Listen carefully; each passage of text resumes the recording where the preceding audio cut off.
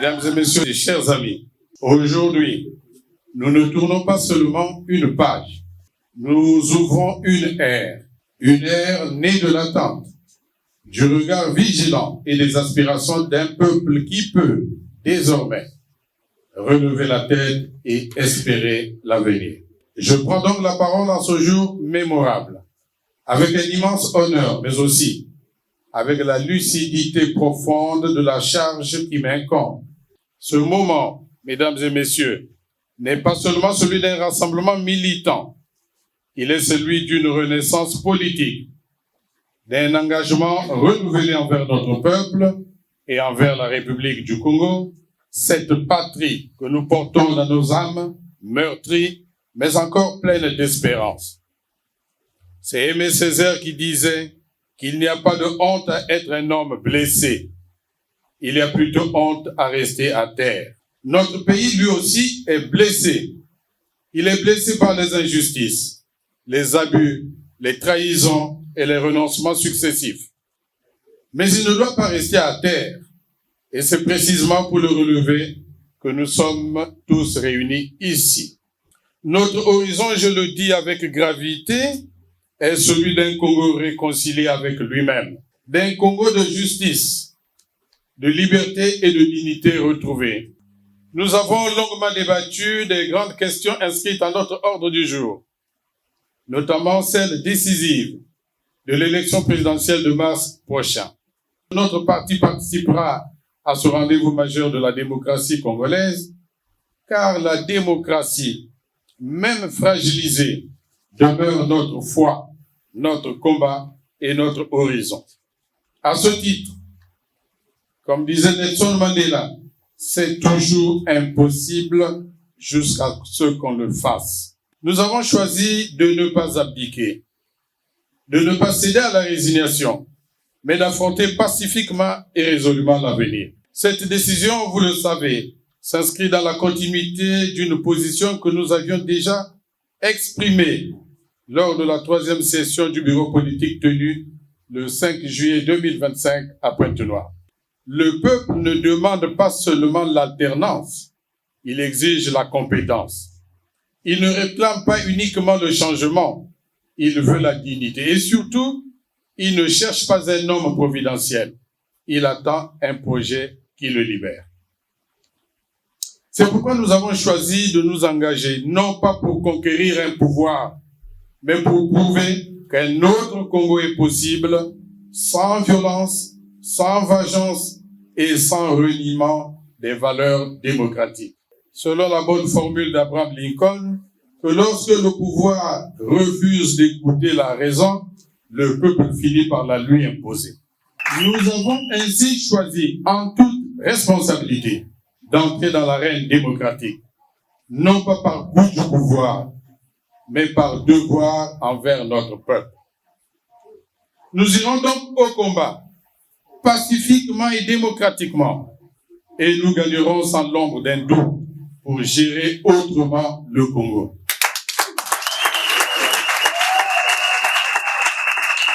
Oui, mes chers compatriotes, le Congo doit être géré autrement, car plus de 4 décennies de gestion monotone et patrimoniale, les résultats sont accablants.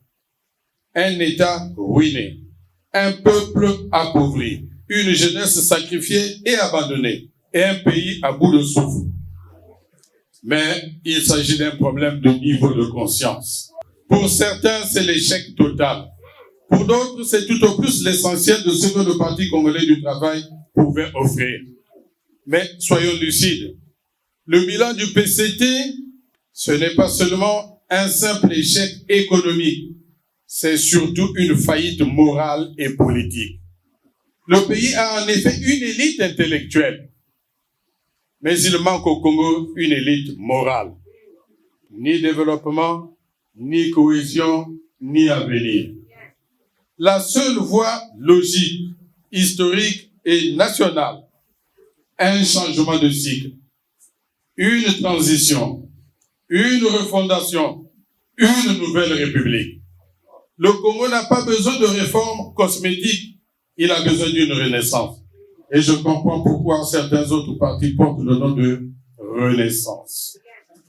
Il nous faut rebâtir la République sur des valeurs, sur la vérité, sur le courage moral. Mais avant de reconstruire les routes, il faut reconstruire l'homme. Avant de réparer l'économie, il faut réhabiliter la dignité. Avant même de parler de développement, il nous faut restaurer la confiance, cette force invisible qui soude une nation et lui permet d'espérer. Car aucun pays ne se relève durablement sur la peur ou le mensonge.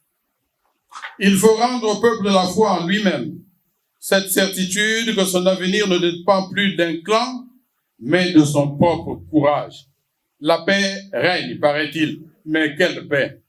Une paix de caserne et de commissariat, une paix surveillée, entretenue à coups de bottes, de kalachnikov et de prison pleine, une paix où l'on se tait par prudence, où l'on sourit par habitude et où l'on obéit par fatigue.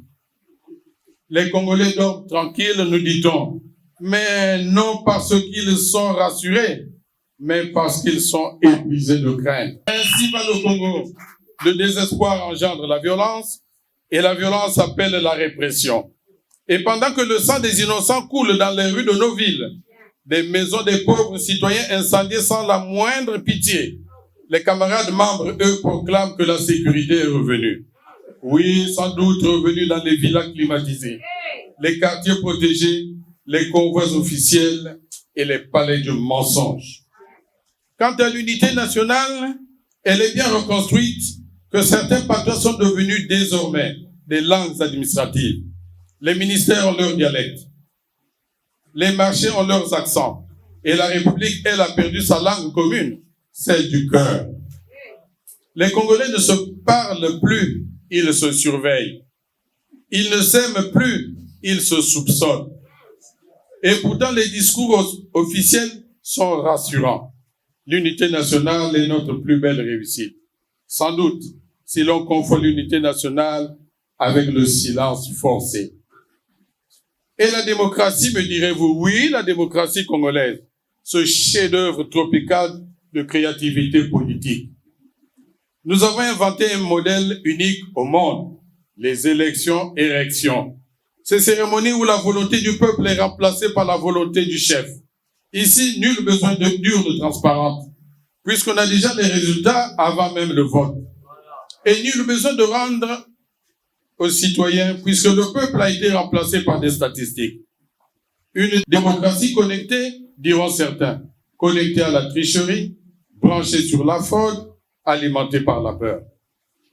Un savant mélange de cynisme et de théâtre, où le perdant félicite le vainqueur avec le sourire du condamné. Sur le plan économique, quelle belle réussite!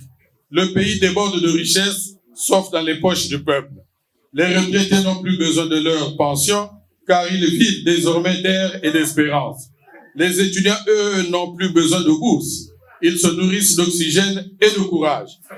Les hôpitaux, n'en parlons pas. Ils ont été délocalisés à l'étranger.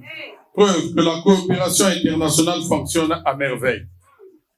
Quand un dignitaire tombe malade, un avion médicalisé décolle sur le champ.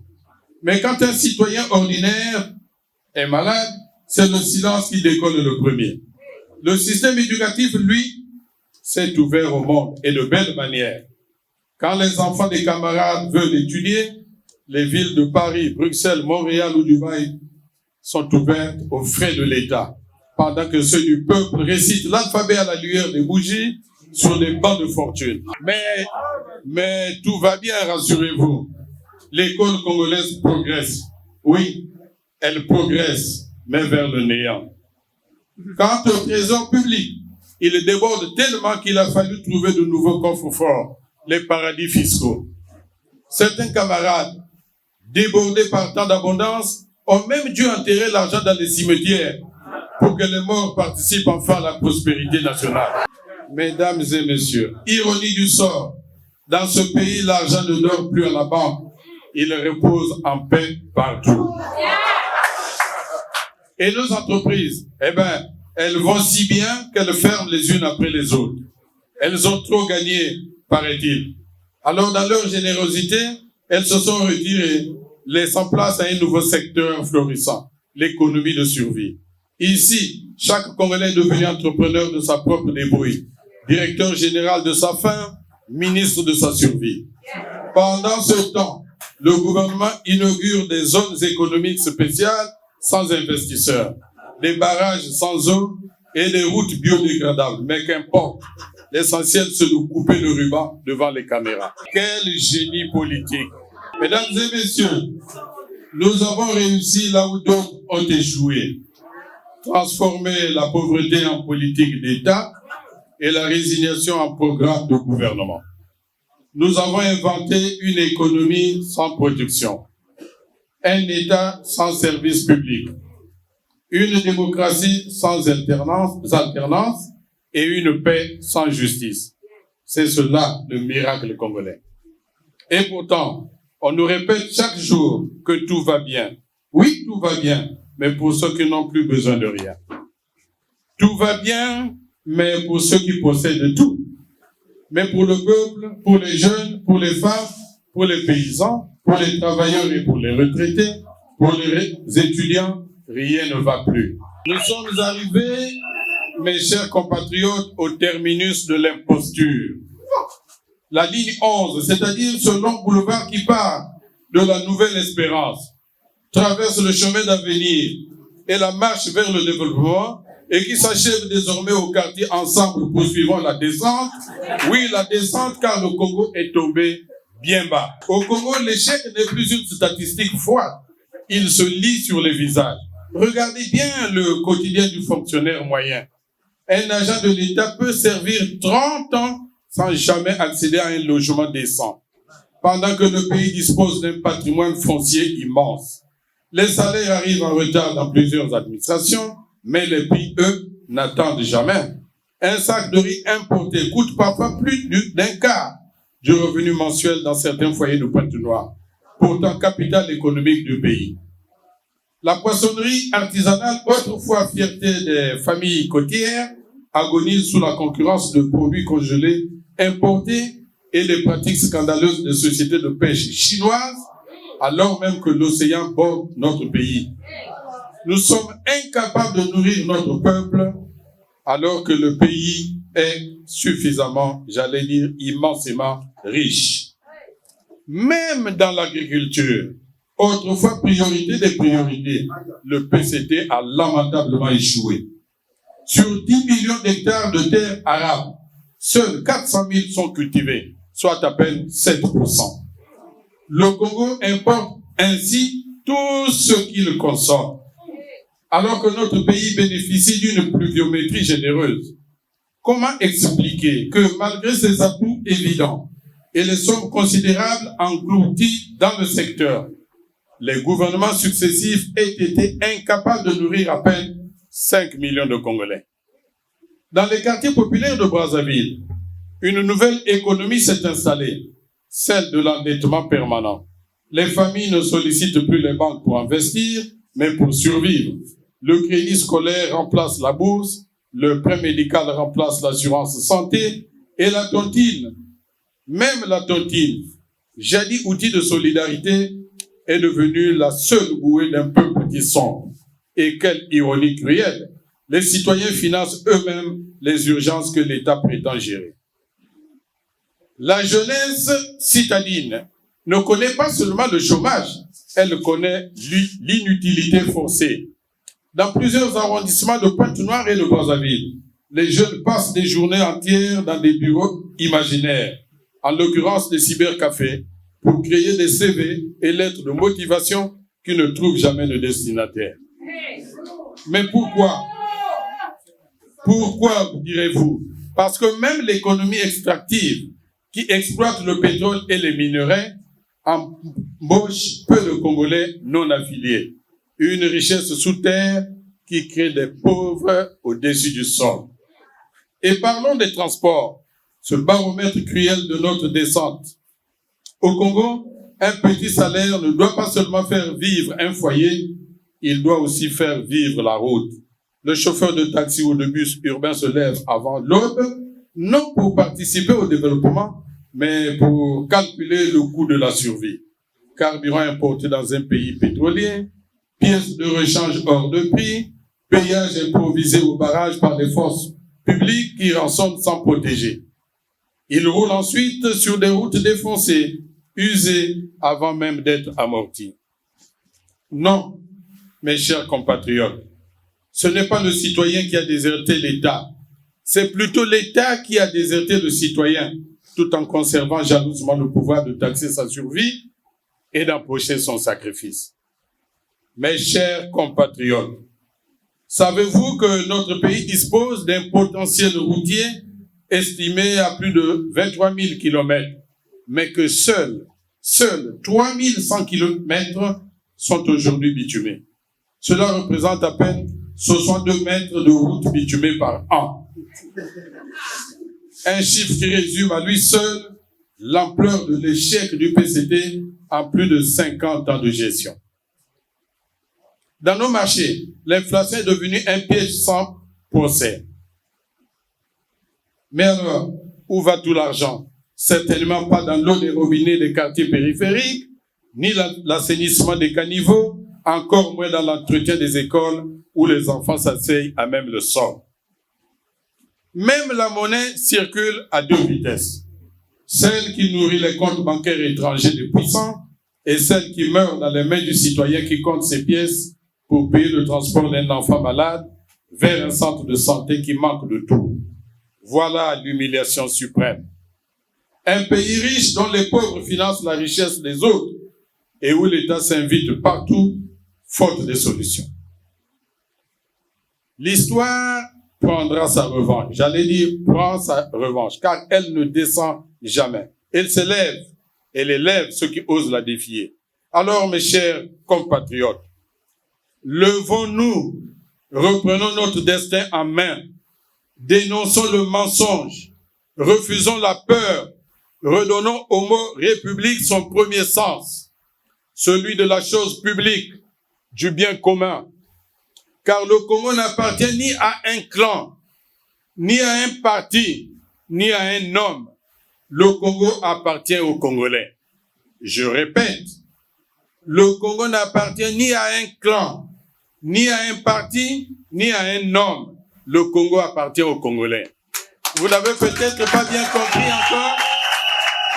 Je vous le répète pour la troisième fois. Je vous le répète pour la troisième fois. Le Congo n'appartient ni à un clan, ni à un homme, ni à un parti. Le Congo appartient aux Congolais. Et le temps est venu où cela doit redevenir une vérité. Depuis plusieurs années, j'ai entendu les pleurs étouffés des populations de la Likuala, non pas à cause d'une fatalité naturelle, mais à cause d'un État absent, indifférent et démissionnaire.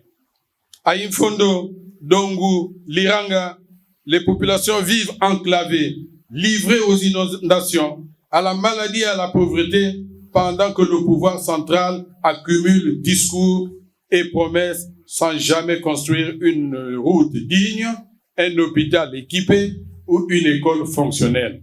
La Likuala n'est pas oubliée par hasard.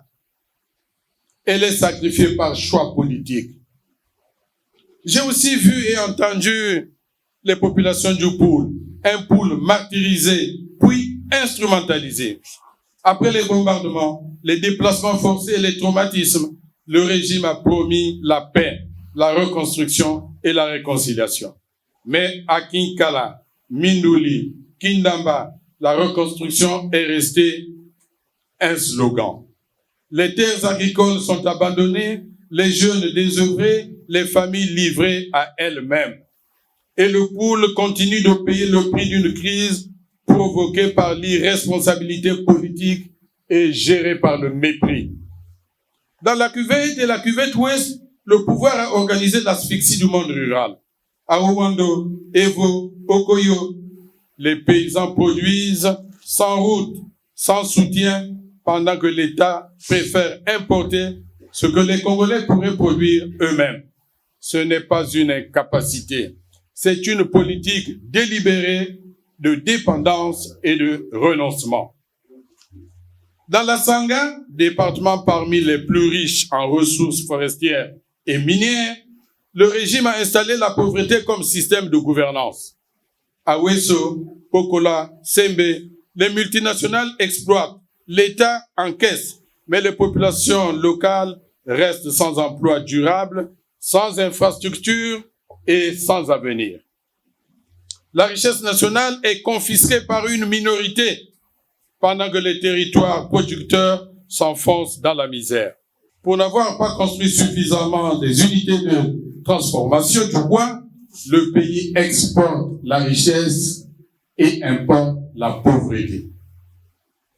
Dans les plateaux, l'exode rural n'est pas un accident. C'est le résultat d'un abandon planifié. À Djambala, Gamboma, Lekana, les villages se vident parce que l'État a renoncé à y investir. Quand il n'y a ni route, ni école, ni centre de santé, partir devient la seule solution. Dans la Bouenza et la Dékoumou, autrefois cœur agricole du pays, le régime a détruit méthodiquement les bases de la production nationale. Les plantations ont été abandonnées, les coopératives dissoutes, les paysans laissés sans encadrement ni financement. À Madingo, Sibiti, Mouyonzi, Zanaga, l'agriculture congolaise a été sacrifiée sur l'autel de l'improvisation et de la corruption. Dans le Niari, la fermeture brutale des entreprises et l'absence de politique de reconversion ont plongé des milliers de familles dans la précarité. À Donizi, Makabana, Mosenjo, Banda, le chômage massif est devenu une norme, sans qu'aucune alternative économique sérieuse ne soit proposée. Le régime ferme, privatise, encaisse, mais n'assume jamais les conséquences sociales. Dans le Kwilu et à Pointe-Noire, capitale économique du pays, la contradiction est obscène. Le pétrole coule, mais la misère s'étend. Les quartiers populaires s'enfoncent dans l'insalubrité, le chômage et l'insécurité, pendant que les revenus pétroliers échappent aux populations locales. Le pétrole n'a pas enrichi le Congo, il a enrichi un système. Et pendant ce temps, les prétendus sages, qui ne sont rien d'autre que des griots du pouvoir, deviennent amnésiques devant les prébendes. Pourtant, les tenants du pouvoir savent qu'ils mentent. Et eux-mêmes, les sages, savent aussi qu'ils mentent. Tu m'as. À Brazzaville, cœur du pouvoir, je vois des retraités mourir dans l'humiliation après une vie entière de service à la nation. Le non-paiement régulier des pensions n'est pas une crise conjoncturelle, c'est un choix politique. Un régime qui abandonne ses anciens a déjà rompu le pacte moral avec le peuple. Et partout dans le pays, je vois une jeunesse sacrifiée, des étudiants contraints d'abandonner leurs études, faute de bourses, de logements, de restaurants universitaires, dans des infrastructures délabrées, pendant que les budgets publics sont détournés vers le train de vie d'un pouvoir coupé du réel. Le régime ne prépare pas l'avenir, il le confisque. Face à cet échec global, le silence est devenu une option. Et l'alternance n'est plus un slogan, elle est une urgence nationale. Il faut l'alternance. Par ailleurs, j'ai entendu vos voix, vos analyses, vos colères, vos prières et vos espoirs. Et dans chaque mot, dans chaque regard, dans chaque silence même, j'ai ressenti la même exigence. Le Congo doit changer. Un autre Congo est possible. Ce matin encore, mesdames et messieurs, avant d'entrer dans cette salle, un vieux militant m'a glissé à l'oreille. Président, ne nous laissez pas seuls. Prenez cette responsabilité. Même si elle est lourde, il faut la prendre. Parce qu'on ne peut pas demander au peuple de se battre si personne ne marche devant lui. Ces paroles m'ont profondément marqué, tout comme les réalités douloureuses vécues par nos compatriotes dans chacun des départements que je viens d'évoquer. Face à cette situation, je ne peux ni me dérober, ni me taire. Oui, mesdames et messieurs. Oui, mesdames et messieurs. J'accepte devant Dieu, devant vous et devant le peuple congolais de porter les couleurs de l'Alliance, de défendre son projet à la prochaine élection présidentielle de mars 2026. Mesdames et messieurs, le Congo que nous voulons n'est pas un rêve lointain. Il est à portée de courage. Ce que les camarades membres ont détruit en décennies, nous pouvons le rebâtir en quelques années, à condition de changer de mentalité, de méthode et de morale. Alors je vous le dis avec gravité et détermination, mes chers compatriotes. J'ai fait le choix de porter vos espoirs à la prochaine élection présidentielle, parce que je suis convaincu que la victoire n'est pas une illusion, mais une nécessité historique. Désormais, chaque Congolais et chaque Congolaise, où qu'il se trouve, et quelle que soit son activité, doit se consacrer comme directrice ou directeur de campagne de cette bataille démocratique. Commencez donc à battre campagne dans vos familles, sur vos lieux de travail, dans vos quartiers et dans vos villages. Cette candidature n'est pas celle d'un homme, elle est celle d'un peuple qui refuse la résignation et qui répond à l'appel de l'avenir. Ne prêtez pas l'oreille aux discours de renoncement qui veulent faire ou qui veulent vous faire croire que tout serait joué d'avance, comme d'habitude. Ils oublient une chose essentielle. L'histoire n'avance jamais avec les résignés. Elle se construit par celles et ceux qui persévèrent, pendant que d'autres s'enlisent dans l'échec. Car le combat que nous menons aujourd'hui est un combat de vérité et de justice. Un combat pour lequel le général Jean-Marie Michel Mokoko et le ministre André Okombi Salissa ont consenti au sacrifice de leur liberté et pour lequel le ministre Guy Brice Parfait Kolela a payé de sa vie. Ce combat dépasse nos personnes. Il engage notre conscience collective et notre responsabilité devant l'histoire. Mesdames et messieurs, chers congressistes, voici venu pour chacun de nous le temps de peupler l'histoire. Car celui qui ne peuple pas l'histoire se fera sûrement peupler par l'histoire. Alors, préparez-vous à infliger au PCT un vote sanction en mars 2026. Ensemble, ouvrons le chemin du renouveau. Reprenons notre destin en main. Mais surtout, mes chers frères, chers compagnons, n'ayez pas peur. Vive l'Alliance, vive la République et vive le Congo. Je vous remercie.